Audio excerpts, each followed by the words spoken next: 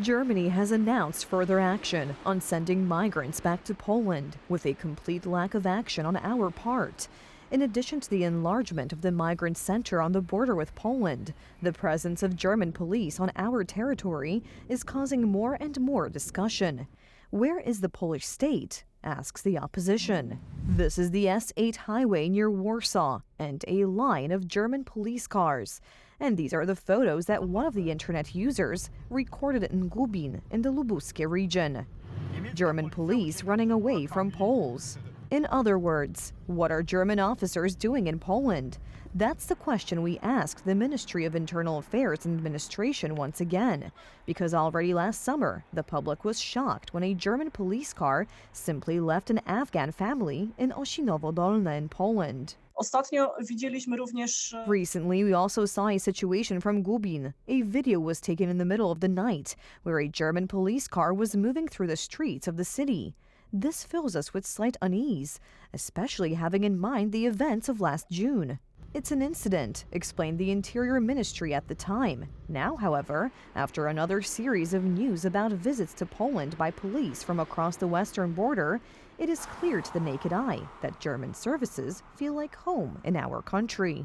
Of course, during the government of the United Right, there was cross-border cooperation between the German federal and state police and the Polish police and border guards.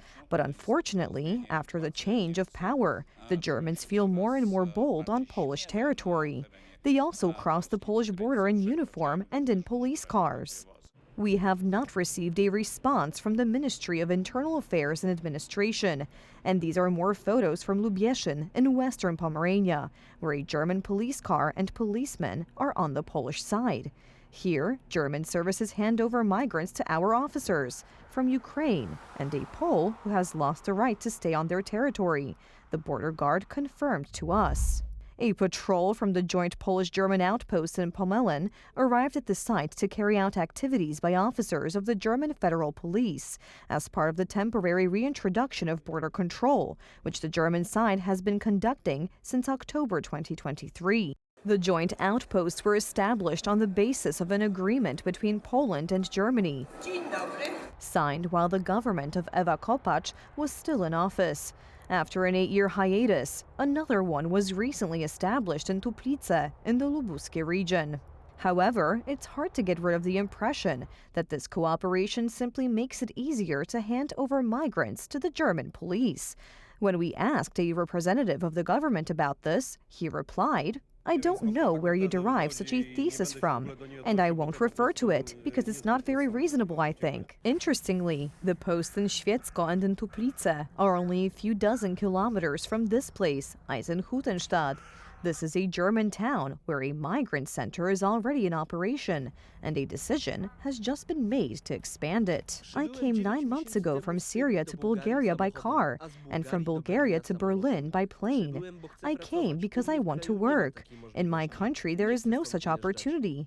I don't want to leave.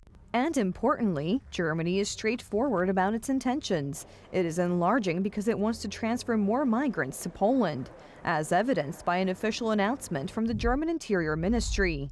Given Brandenburg's good relations with neighboring provinces in Poland, the center will be run with an emphasis on returns. However, the migrants who are being sent back are not necessarily getting into Germany from Poland. And while the crisis is visible to the naked eye, decisions and announcements are official, and public emotions are clear, the civic platform politicians downplay the issue. There is really no such concern here that we will have to face forced relocation in Poland. This is clear and was confirmed by the head of the European Commission. Let's take into account that in 5 days there are elections in Germany, and this affects the dynamics of the discussion. This is capitulation. No other words can be used for the lack of a clear strategy of the Polish side against German actions. Germany has an excess of migrants on its territory. These are people who threaten social security in Germany. There are many incidents of all kinds, from minor criminal incidents to terrorist attacks, and Germany is seeing its failed migration policy, which it has pursued since Angela Merkel, and they want to reverse it.